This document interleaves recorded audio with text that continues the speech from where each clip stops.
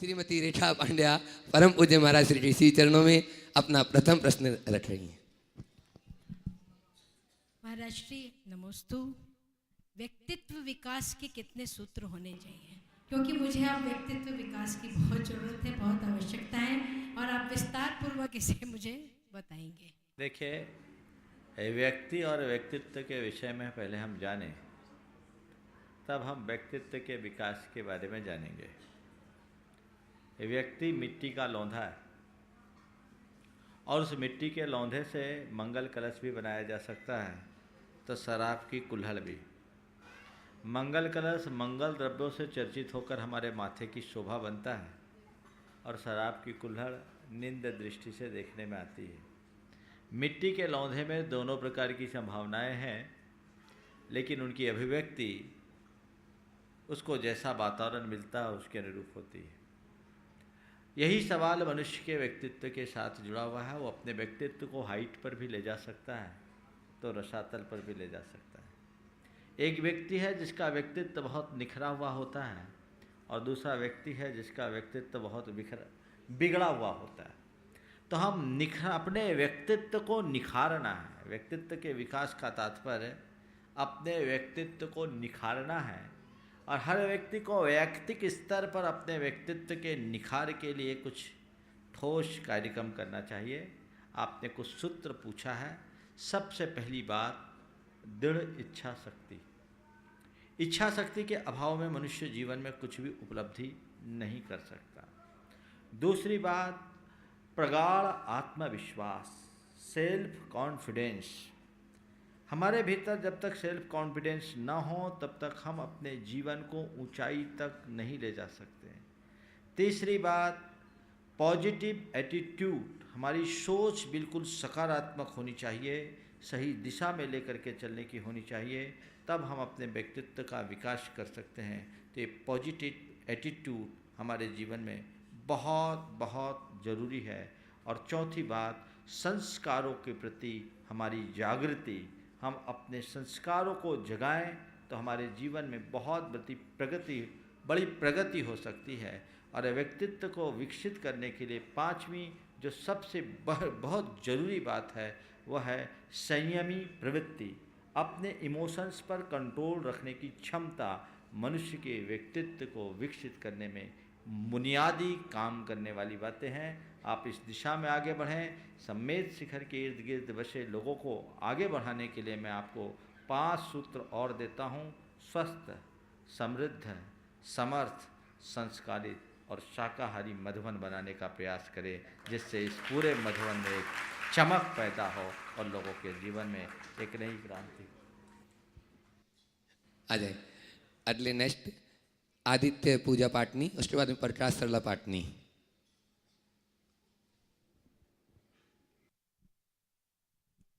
नमोस्तु महाराज श्री। ग्रस्त जीवन में निभाते हुए हम धर्म मार्ग में कैसे आगे बढ़ें, हमें उपाय बताइए। गृहस्थ जीवन को निभाते हुए धर्म मार्ग में आगे बढ़ें। गृहस्थ धर्म का पालन कर ले, अपने आप धर्म मार्ग में आगे बढ़ेंगे। हमारे तीर्थंकरों ने 2 प्रकार के धर्म का उपदेश दिया, एक साधु धर्म और एक गृहस्थ धर्म। तो साधु अपने साधु धर्म का पालन करते हैं, आप गृहस्थ हो तो गृहस्थ धर्म का पालन करो। अब आपका सवाल ये होना चाहिए कि अपनी गृहस्थी में रहते हुए बुनियादी तौर पर हमें धर्म का कितना ध्यान रखना चाहिए। शायद आपके पूछने का आशय यही है।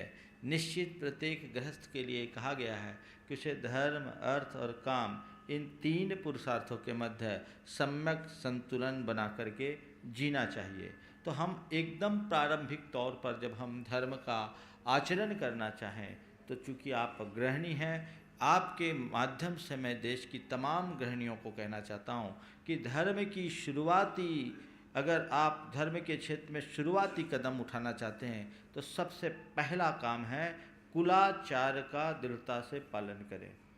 कुलाचार का मतलब जैन कुल में जन्म लेने के उपरांत आचार विचार की जो शुद्धि होनी चाहिए, उस शुद्धि का अपने स्तर पर पालन करें। जिन बातों का हमारी परंपरा में कहीं स्थान नहीं है, अभक्ष और अमर्यादित पदार्थों के सेवन का परित्याग करें। उस पर एकदम दृढ़ता होनी चाहिए। हमारी परंपरा विरुद्ध, हमारे संस्कार विरुद्ध क्रियाओं को, कार्यों को अपने घर में प्रवेश कभी न दें। ये जवाबदारी एक गृहिणी की ही होती है, क्योंकि कुलाचार का पल्लवन करने में गृहिणी की सबसे बड़ी भूमिका होती है। और मैं कहता हूँ, जिस घर में कुलाचार पलते हैं वहाँ दुराचार कभी नहीं पनपता। तो पहली बात, कुलाचार का पालन करना। कुलाचार शब्द बहुत व्यापक है, इसमें हमारी जो भी नित्य की प्रारंभिक क्रियाएं होती है, भगवान के पूजन करना, अहिंसा का पालन करना, दया धर्म का पालन करना, शुद्ध आचारी होना, मद्य आदि की निंद, पदार्थों का सेवन नहीं करना, अमर्यादित आचरण नहीं करना, ये सब कुलाचार के अंतर्गत आते हैं। इनको आप करें। रात्रि भोजन का भी यथाशक्य परहेज करें, जो आपके जैन होने की पहचान है। दूसरे नंबर पर अपने मन में दया का भाव रखें। दीन दुखी जीवों के प्रति, करुणा के प्रति आपका मन उत्साहित रहे। जितना बन सके जीव दया का काम करें। तीसरे क्रम पे हमारे हृदय में भगवान के प्रति श्रद्धा हो और यथासंभव भगवान और गुरुओं की सेवा उपासना कर सके। और चौथे क्रम में आप अपने जीवन में जितना बन सके अनासक्ति का भाव रखें। ये एकदम प्रारंभिक रूप है धर्म के आचरण करने का।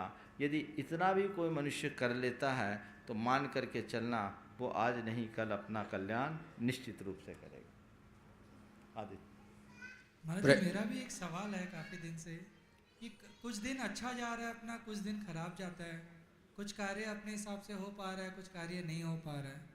इसका क्या कारण है महाराज जी? या हमारे निमित्त है, या हमारे कुछ कर्म है, या और कुछ कारण है? बहुत अच्छा प्रश्न किया है आपने। देखिए, हमारा जीवन एक सरल रेखा के समान नहीं, सपाट मैदान नहीं। जीवन एक नदी की भांति है, जिसमें अनेक उतार चढ़ाव और घुमाव होते हैं। उनके माध्यम से हमारे जीवन का क्रम चलता है। तो ये हमारे जीवन का एक अंग है। सब दिन एक समान नहीं होता। अगर सदा उजाला बना रहे, कभी अंधेरा ना हो, तो आप कल्पना कर सकते हैं जहाँ 24 घंटे उजाला हो वहाँ की प्रकृति की क्या दशा होती होगी। तो उजाला के साथ अंधेरा भी चाहिए। अगर अंधेरा ना हो तो दिक्कत, सदा अंधेरा हो तो दिक्कत, और सदा उजाला हो तो दिक्कत। प्रकृति की व्यवस्था ही ऐसी है, उजाले के बाद अंधेरा और अंधेरे के बाद उजाला, ये क्रम चलता है। तो ये हमारे जीवन का एक अंग है। ये सब हमारे शुभाशुभ कर्म के संयोग के निमित्त से होते हैं। महापुरुषों के जीवन में भी उतार चढ़ाव आते हैं। इनसे कभी घबराना नहीं चाहिए, ये सोचना चाहिए ये हमारे जीवन का एक अंग है। हमारी हार्ट बीटिंग कभी बढ़ती कभी घटती है ना, ऐसी ये प्रकृति की व्यवस्था है। कभी घटती है, कभी बढ़ती है, कभी हटती है, कभी बढ़ती है। तो उस व्यवस्था से प्रभावित ना हो।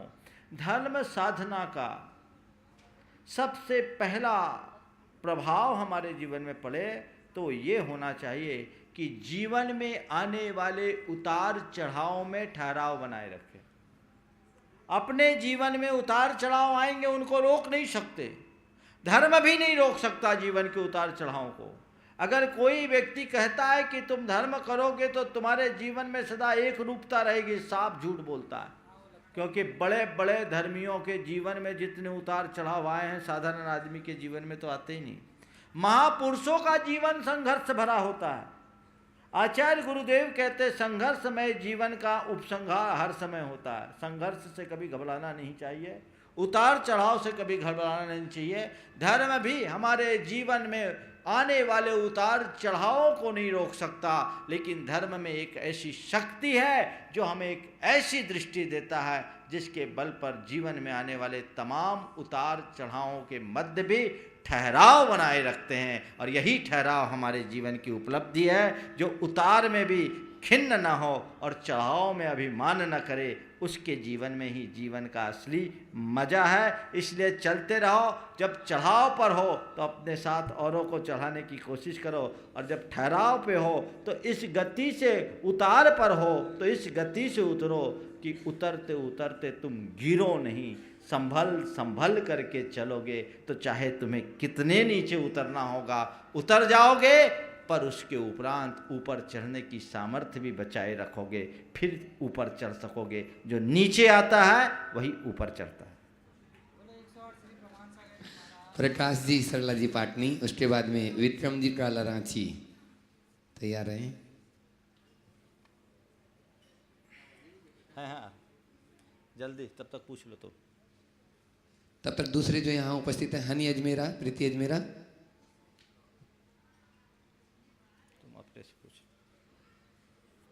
हाँ, तुम पूछो।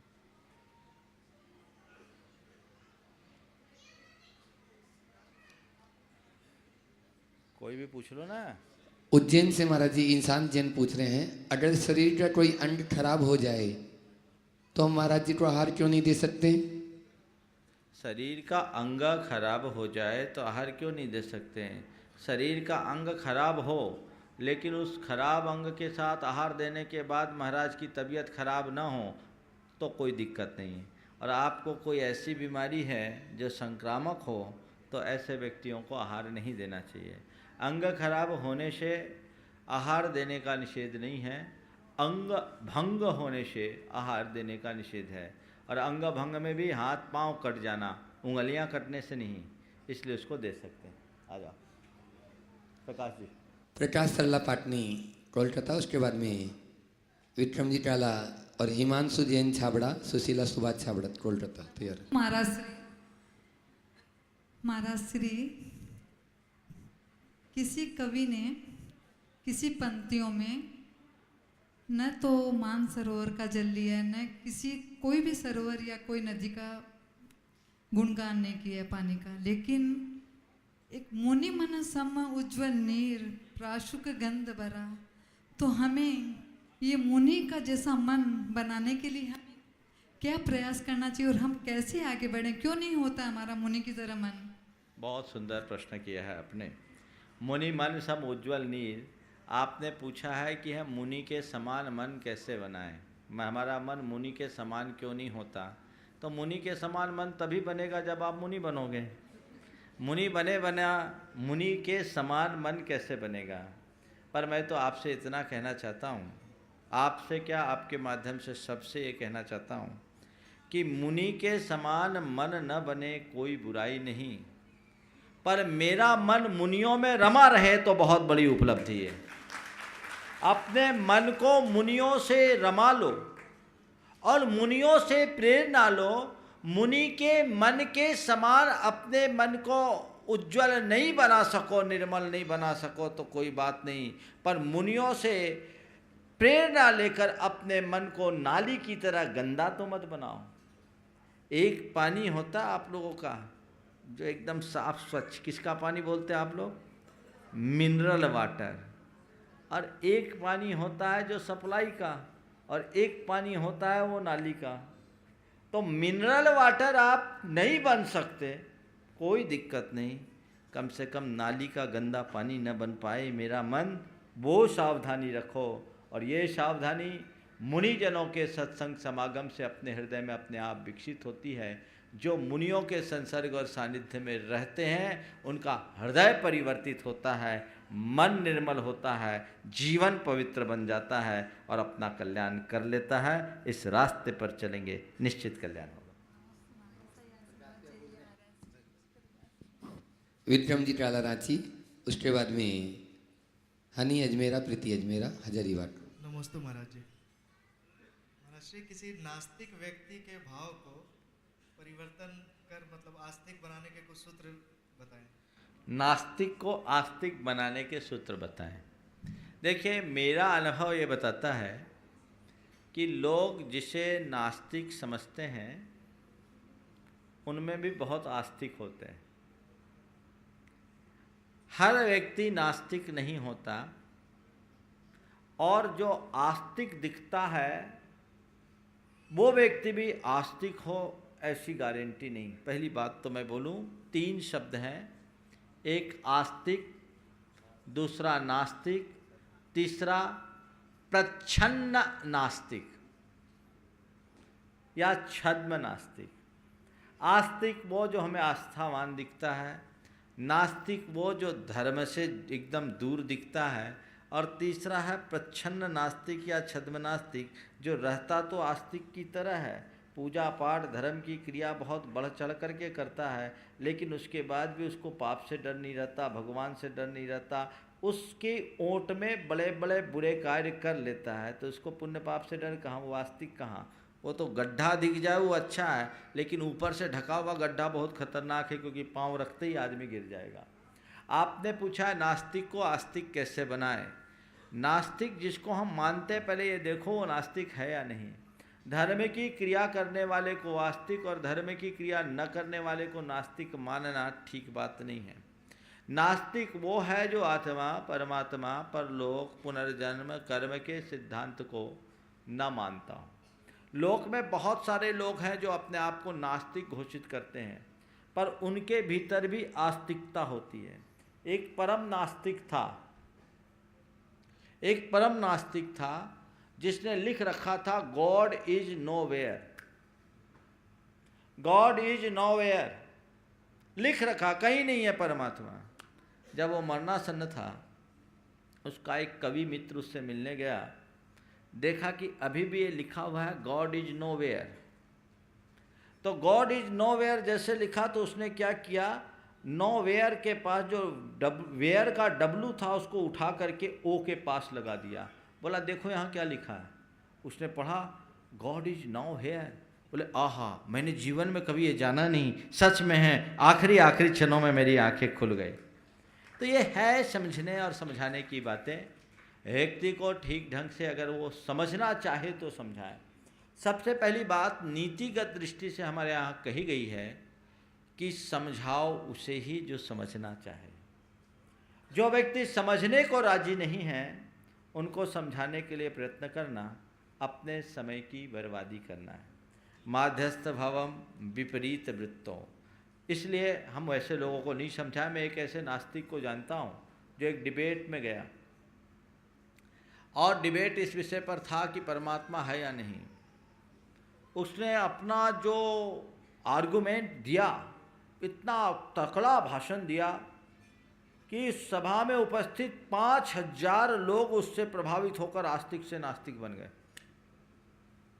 5000 लोग आस्तिक से नास्तिक बन गए। ऐसा जोरदार भाषण दिया उसने, प्रखर तर्कना। और जब उसे अवार्ड मिला, बाहर आया, लोगों ने उसे बधाइयाँ दी कि क्या गजब की बात की तुमने तो आज गजब कर दिया। लोगों ने जब बधाइयाँ दी तो उसने कहा भैया इसमें मेरा कोई रोल नहीं है, सब भगवान की कृपा का फल है। समझ गए। इसलिए उसके मन को टटोल कर देखना चाहो कि वो एक्चुअल में नास्तिक है कि नहीं। कहीं तुम्हें छोड़ने के लिए, छेड़ने के लिए तो ऐसा नहीं बोल रहा है। और फिर दूसरी बात, वो तुम्हारी बात समझने के लिए इच्छुक है या नहीं। यदि हो तो प्रयास करो, नहीं तो ऐसे व्यक्ति के प्रति न्यूट्रल हो जाओ। इस उक्ति को चरितार्थ करते हुए माध्यस्थ भावम विपरीत वृत्तम। हनी अजमेरा, प्रीति अजमेरा, अष्टोदय सुशीला, सुभाष, हिमांशु जैन छाबड़ा, विक्रम सूत्रधार है। नहीं तुम नमोस्तु महाराज। महाराज जी, हमें अपना जन्मदिन कैसे मनाना चाहिए? जन्मदिन मनाने की बात मैंने 2-3 बार बोल दी है।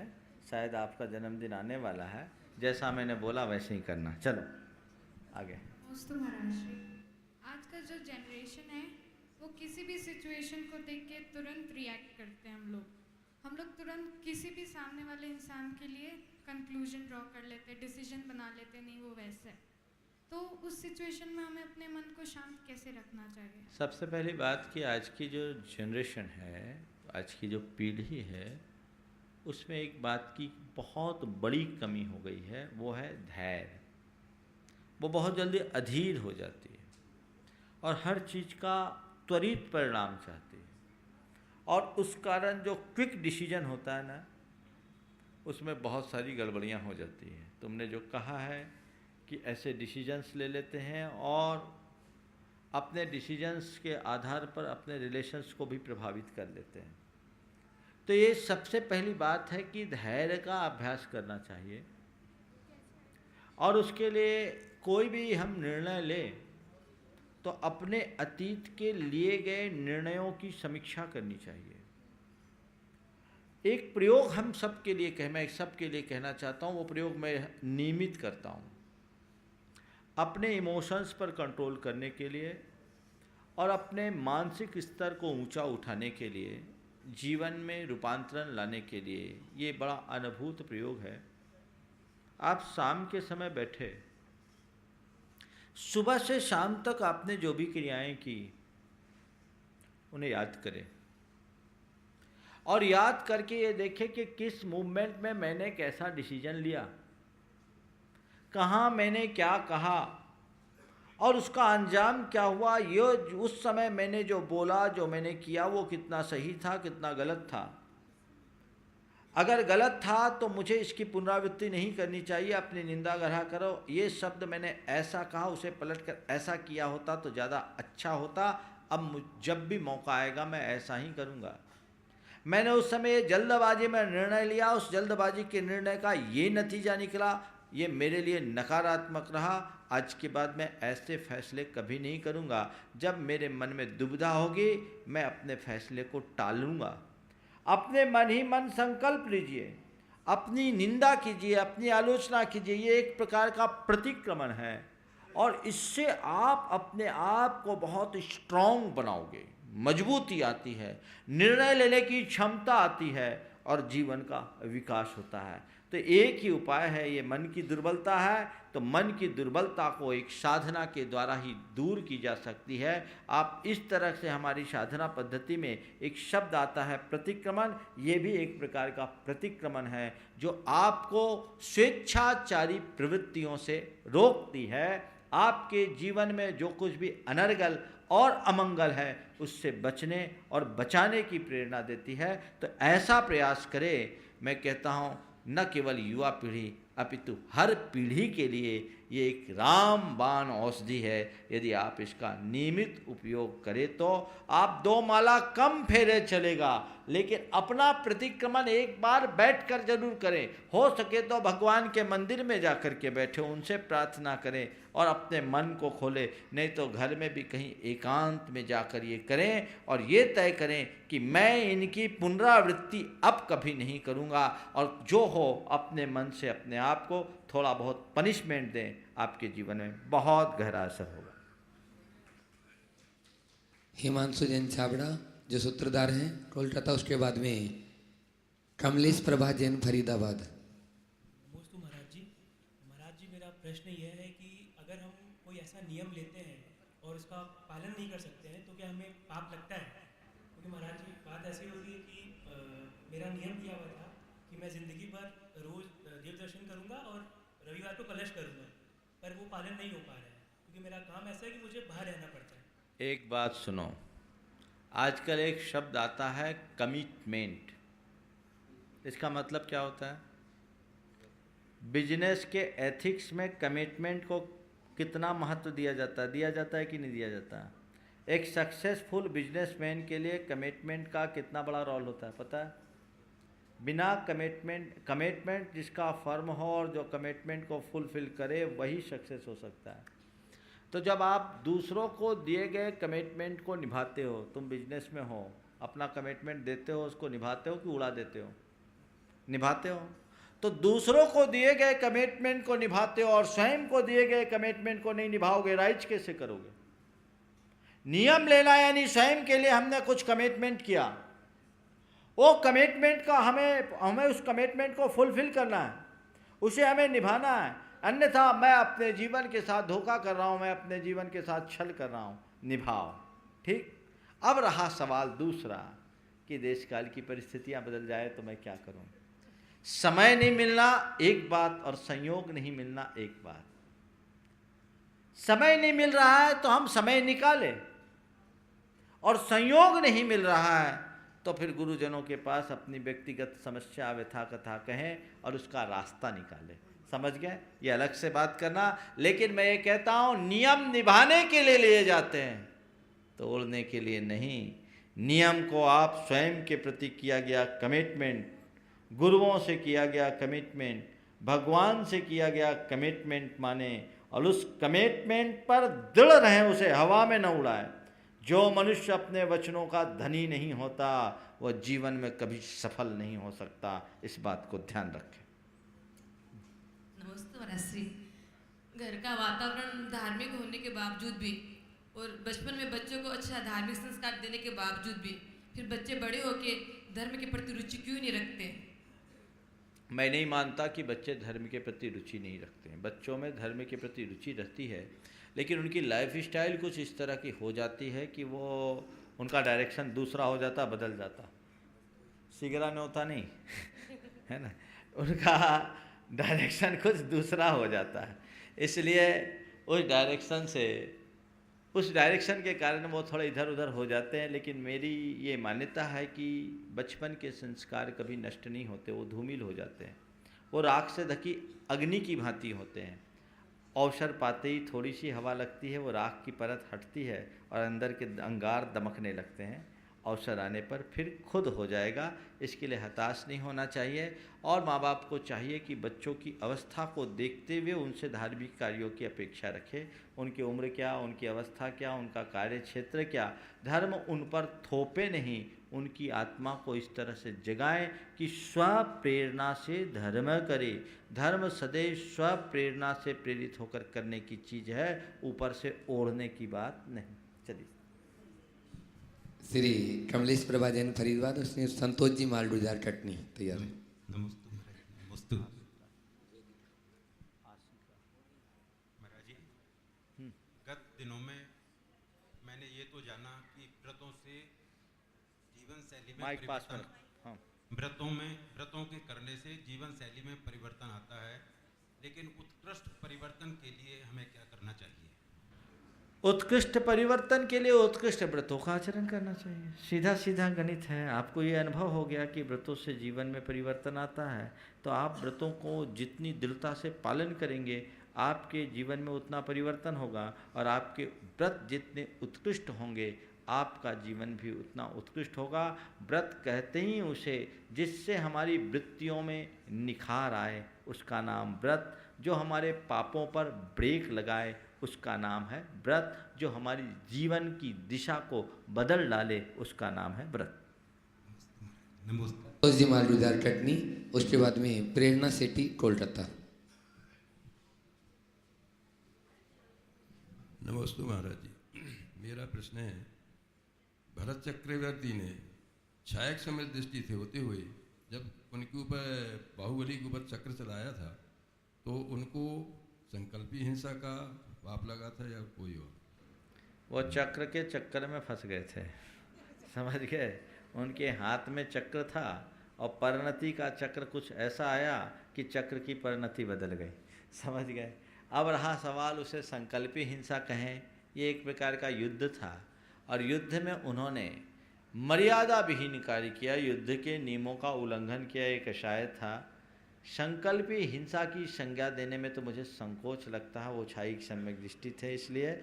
लेकिन ये कसाय का ऐसा तीव्र आवेग था जिसके आधार पर मैं ये कह सकता हूँ कि उस घड़ी उनके अंदर कर्म का कुछ ऐसा तीव्र कषायोदय हुआ जिससे उनका मानसिक संतुलन गड़बड़ा गया। वे उचितानुचित का निर्णय किए बिना चक्र को चला दिए और चक्कर में फंस गए। चलिए। प्रेरणा सेठी कोलकाता, उसके बाद श्रीमती सुशीला लल्लन जैन कटनी। महाराज जी, हमें बचपन से सिखाया जाता है कि क्रोध मान माया लोभ नहीं करना चाहिए, तो हमें उससे कैसे बचना चाहिए? और कोई हमारे तरफ अगर कोई मायाचारी करता है या हमें मान दिखाता है तो उनकी तरफ हमारी कैसी प्रतिक्रिया होनी चाहिए? देखिए, कषायों के शमन करने के लिए स्वयं के प्रति जागरूकता जरूरी है। यदि आप चाहते हो कि हमारे कषायों का शमन हो तो अपने प्रति जागरूक हो। जब भी हमारे अंदर इस तरह के विकार हावी होते हों तो अपने मन की निंदा करो, अपने मन की गर्हा करो और अपने आप को यथासंभव संभालने का प्रयास करो। और दूसरे यदि कोई हमारे साथ ऐसा व्यवहार करते हैं तो उनके प्रति क्षमा का भाव रखो। चलो आगे, कंट्रोल करो। चलो चलिए, ललन भैया, वेदिका काला रांची और सिद्धार्थ जैन कोलकाता। नमस्ते महाराज जी। महाराज जी, मतलब मंदिरों में गर्भागृह नहीं होती हैं तो अपन को दर्शन कितने दूर से करना चाहिए? मंदिर में जब ज़्यादा भीड़ न हो तो दर्शन कितने दूर से? गर्भगृह न हो नहीं होती तो कम से कम 5-7 हाथ दूर से करो।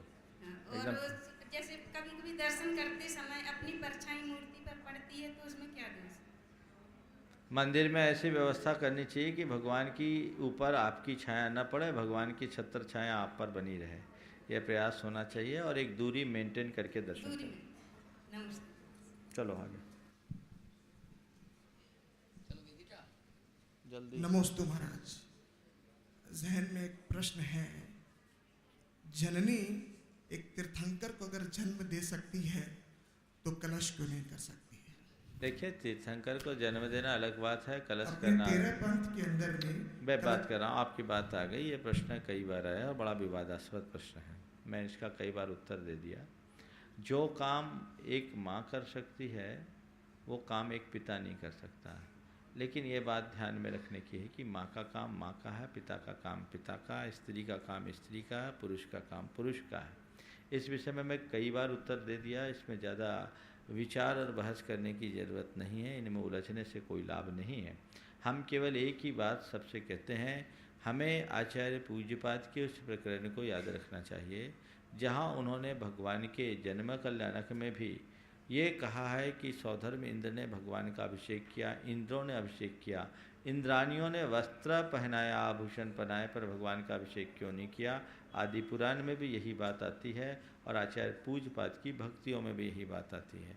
इसके साथ ही नंदीश्वर, एक ही प्रश्न बस, इसी के साथ ही नंदीश्वर द्वीप के जिनालियों में भी, नंदीश्वर द्वीप के जिनालियों में भी जो भगवान का अभिषेक होता है उसको इंद्र ही अभिषेक करता है। देवियाँ परिचारक, देवियाँ मंगल पात्राणि पुनस्तद्देभ्यो बिभ्रतिस्म गुणाढ्या जैसे शब्द का प्रयोग उन्होंने किया है, इसलिए इनमें ज़्यादा विचार और विवाद में पड़ने में लाभ नहीं है। इसके बाद भी जिनको सुनो मैं बोल रहा हूँ ना, वहीं इसमें ज़्यादा उलझो मत। ये सब पंथवादी प्रश्न हैं, इनके मैं 50 बार उत्तर दे दूँ तो भी कुछ फर्क नहीं पड़ने वाला। जिनकी अगर रुचि है करने की, जहाँ होती है वहाँ करे, पर जहाँ नहीं होता वहाँ करके एक बिटंडा खड़ा करने का प्रयास न करे, इसी में समाज का भला है, इसको ध्यान में रखकर चले। माइक खोलो, हाँ बोलो। तीर्थंकर कैसे बनते हैं? तीर्थंकर कैसे बनते हैं, बहुत अच्छा प्रश्न किया है। तीर्थंकर वे बनते हैं जो अपने जीवन में घोर तपस्या करते हुए अपने जीवन को जन्म जन्मांतरों में तपस्या के बल पर ऊंचे उठाते हैं। ऊंचे बढ़ते बढ़ते बढ़ते एक समय ऐसा आता है जब वे किसी केवली भगवान या शुद्ध केवली भगवान के चरणों में बैठते हैं, 16 कारण भावनाएं भाते हैं, दर्शन विशुद्धि जैसी भावना यानी सारे जगत के कल्याण की उत्कृष्ट भावना भाते हैं। तो उनमें से किन्हीं किन्हीं महान मानवों को तीर्थंकर बनने का सौभाग्य मिलता है। समझ गए? चलो। इंजीनियर अर्चित क्रोसल, सिवनी। ये बच्ची को दे दो, आ जाओ कल। पूछो, जल्दी पूछो। नमस्ते महाराज, भगवान और तीर्थंकर के बीच में क्या अंतर होता है? भगवान और तीर्थंकर के बीच में यह अंतर होता है कि तीर्थंकर भगवान होते हैं पर भगवान तीर्थंकर नहीं होते। समझ गए? जो धर्म तीर्थ का प्रवर्तन करते हैं, द्वादशांग की जिनके निमित्त से रचना होती, जो चतुर्विध संघ की स्थापना करते हैं वो तीर्थंकर कहलाते हैं। और जो केवल ज्ञान प्राप्त कर लेते हैं, धर्म तीर्थ का प्रवर्तन नहीं करते, चतुर्विध संघ की रचना नहीं करते, वे भगवान कहलाते हैं। चलो।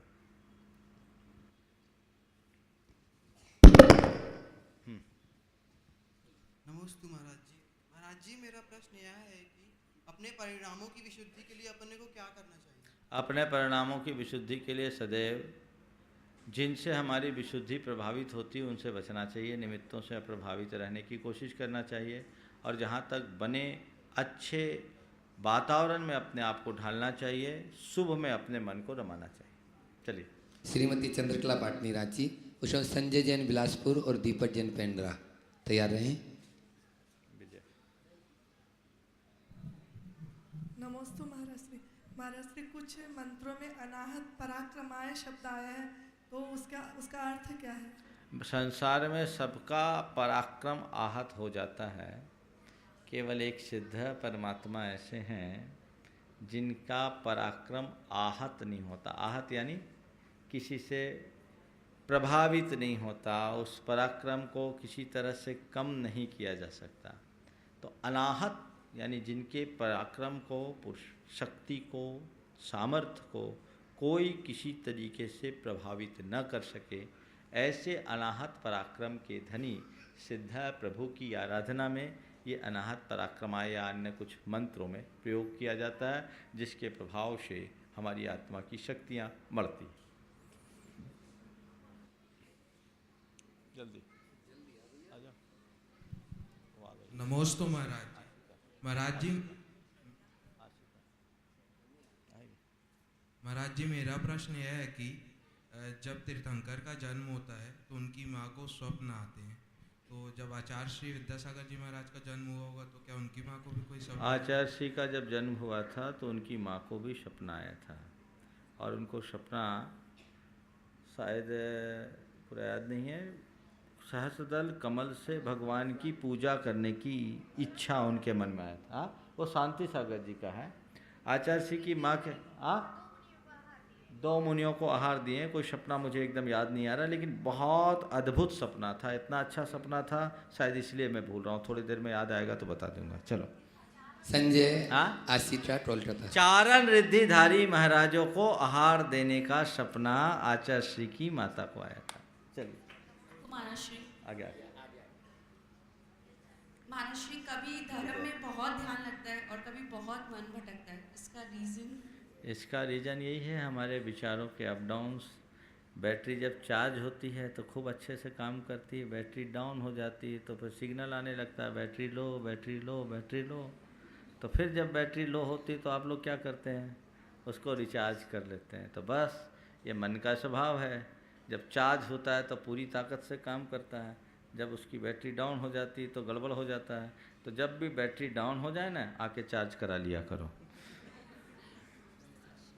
चलो समय हो गया। सुजाता साहब फल्टन, अनिल नीलम जैन जबलपुर। समय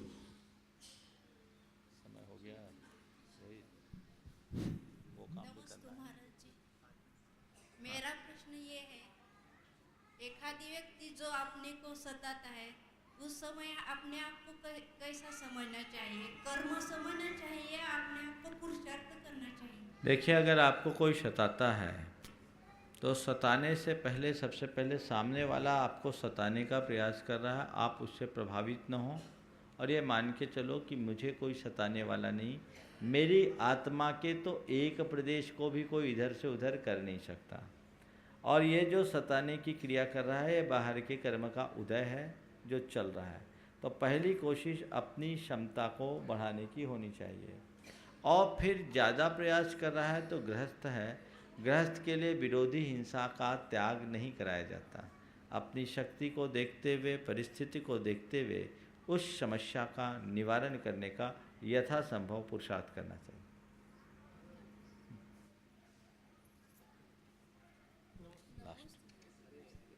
नमोस्तु महाराज जी। महाराज जी, गृहस्थ को हमेशा किस चीज़ का चिंतन करना चाहिए? गृहस्थ को हमेशा देवशास्त्र गुरु की प्रति श्रद्धा रखते हुए आत्मा का, तत्व का चिंतन करते रहना चाहिए। चलो, अभी संकट समाधान का ये सत्र जारी रखते हैं। एक पर्ची आई है फतेहपुर सेठावाटी महिला मंडल की ओर से 11,000 की राशि उन्होंने आज निर्माण निधि सदस्य के रूप में दी। जोरदार तालियों से उनका स्वागत करें। श्री लोकेंद्र जी, अनुज जी पाटनी अजमेर, उन्होंने सोने की एक अंगूठी दी है, यहाँ उपस्थित हो तो चले आएंगे। और मैं चाहूँगा अभी यहाँ पर परम पूज्य महाराज श्री के मंगल आशीर्वाद और मार्गदर्शन में सिद्ध चक्र महामंडल विधान संपन्न हुआ, जो मूल संस्कृत का सिद्ध चक्र महामंडल, जिसमें मंत्रों का उच्चारण दिगंबर महामुनि राष्ट्र के मुठारविंद से सुनकर हम सब बहुत ही अनुग्रहित हुए हैं। मैं चाहूँगा समस्त परिवार, पुण्यार्जित परिवार जो इस विधान के थे वे चले आएंगे। गुणायतन परिवार उनका स्वागत अभिनंदन करना चाहेगा। मैं स्मृति चिन्ह देते हुए उनका स्वागत अभिनंदन करेंगे, ऐसा यानी समय भी बचेगा। सिद्धता से चले आए। सौदर ध्वजारोहण करता स्टेट ज्ञानचंद जी सिंगही, और उसके बाद में सौदर में इंद्र प्रेमचंद जी, कुबेर इंजीनियर रमेश जी, महाविनायक दिनेश जी, ईशान इंद्र महेंद्र जैन, संजय जैन, सनत इंद्र, मुकेश महेंद्र इंद्र, ब्रह्म धर्मेश जैन और लांतव इंद्र, अजय जैन परिवार, पूरा परिवार के साथ में सभी चले आएंगे शीघ्रता से और परम पूज्य महाराज से श्री चरणों में नमोस्तु निवेदित करते हुए आशीर्वाद प्राप्त करेंगे। इन्होंने इस विधान के उपलक्ष्य में 301 माला मतलब 3,01,000 की राशि डोनाइसन के लिए समर्पित किए। जोरदार तालियों से इनका स्वागत। अभिनंदन बंधुओं, विधान तो सभी चाहते हैं लेकिन त्याग के साथ में विधान, और इसके अलावा भी जो विधान का जो खर्चा हुआ है, आज अभी रमेश भैया बोले कि भैया जी वो खर्चा हम पूरा का पूरा अलग से देंगे, ऐसी इनकी भावना पूरा का पूरा यानी इन्होंने, और बहुत ही यह विधान क्या एक आयोजन के रूप में न होकर अनुष्ठान के रूप में हुआ और विशुद्धि पूर्वक इन्होंने जितनी जाप का संकल्प लिया वह जाप भी 2 दिन पूर्व ही पूरी कर ली। 1.25 लाख जाप का संकल्प लिया था और 1.25 लाख जाप का इन्होंने 2 दिन पूर्व ही पूर्णता को प्राप्त हुए। मैं चाहूँगा इस अवसर पर रमेश भैया भी कुछ अपनी 2 मिनट के लिए बोलना चाह रहे हैं, वे अपनी बात संक्षेप में रखेंगे। नमस्ते गुरुवर, बयान करूं अपने इस सुखद अनुभूति को। पूज्य गुरुदेव के सानिध्य में एक बार ऐसा अवसर आया था सन 2004 में, जब पूज्य गुरुवर का चातुर्मास सतना में संबंध हुआ था। कल्पद्रुम महामंडल का आयोजन वहाँ हुआ था, उसमें भी उस विधान में भी मेरी सहभागिता थी प्रमुख रूप से। उसके बाद शिखर जी में विधान करना शब्दों में बयान नहीं किया जा सकता, और वो भी विधान जब संस्कृत में हो, वो सारे के सारे श्लोक, सारे के सारे छंद पूज्य महाराज श्री के मुखारबिंद से वाचन हो, उस सुखद अनुभूति की कल्पना कम से कम उस मेरे पास तो शब्द नहीं हैं। और उनके साथ साथ पूज्य आचार्य गुरुवर के साथ साथ बाल ब्रह्मचारी आदरणीय रोहित भैया जी, आदरणीय सृजन जी, आदरणीय राहुल जी, इन सभी ने भी अद्भुत सहयोग प्रदान किया। और साथ साथ गुड़ायतन की जो पूरी कमेटी है, गुड़ायतन जो परिवार है, हमको कल्पना से ज़्यादा सहयोग प्रदान किया। सारी व्यवस्थाएं उनने अपनी व्यवस्थाओं को छोड़कर हमारी व्यवस्थाओं में जो हमको सहयोग प्रदान किया, मैं गुड़ायतन परिवार के प्रति सदा ही रहूँगा, सदा ही कृतज्ञ रहूँगा। पूज्य महाराज श्री के श्री चरणों में सादर नमोस्तु, मेरी ओर से, मेरे पूरे परिवार की ओर से नमोस्तु गुरुवर। विजय जी पाटनी गुवाहाटी जो ट्रस्टी हैं गुणायतन के, वे भी इस स्वागत की बेला में अपना सहयोग प्रदान करेंगे। शीघ्रता से चलें। अरविंद जी राजा जबलपुर उपस्थित हैं, ट्रस्टी गुणायतन, वे भी पूरे परिवार का स्वागत। आप लोग जोरदार तालियों से इनका स्वागत करेंगे। पूरा परिवार 8 दिन 10 दिन तक अपना सब कार्य छोड़कर यहाँ सिद्धों की आराधना में रहा। ऐसे अब मैं सभी से अनुरोध करूँगा मंच जल्दी से खाली कर दें। और अगला प्रश्न है, सिद्ध चक्र महामंडल विधान की अपनी महिमा है और इस परिवार की एक लंबे समय तक सिद्ध चक्र विधान करने की मानसिकता थी।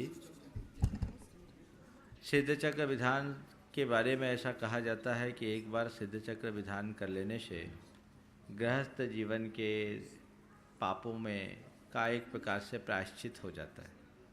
इनकी एक लंबे समय से इच्छा थी, चाहते थे बहुत बड़े रूप में, और हमारे ही सानिध्य में यहाँ करना चाहते थे।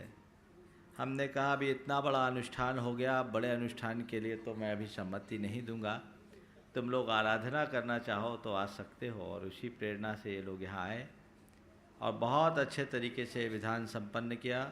जो मूल संस्कृत विधान है उसमें सारे मंत्रों का उच्चारण 9 बार होता है। ये बड़े अपने आप में अद्भुत होता है और ऐसी भावना सबको रखनी चाहिए कि घर परिवार त्याग कर सिद्धों की आराधना कर सके और जीवन का कल्याण कर सके। बोलिए परम पूज्य आचार्य गुरुवर श्री विद्यासागर जी महाराज की। सभी श्रोताओं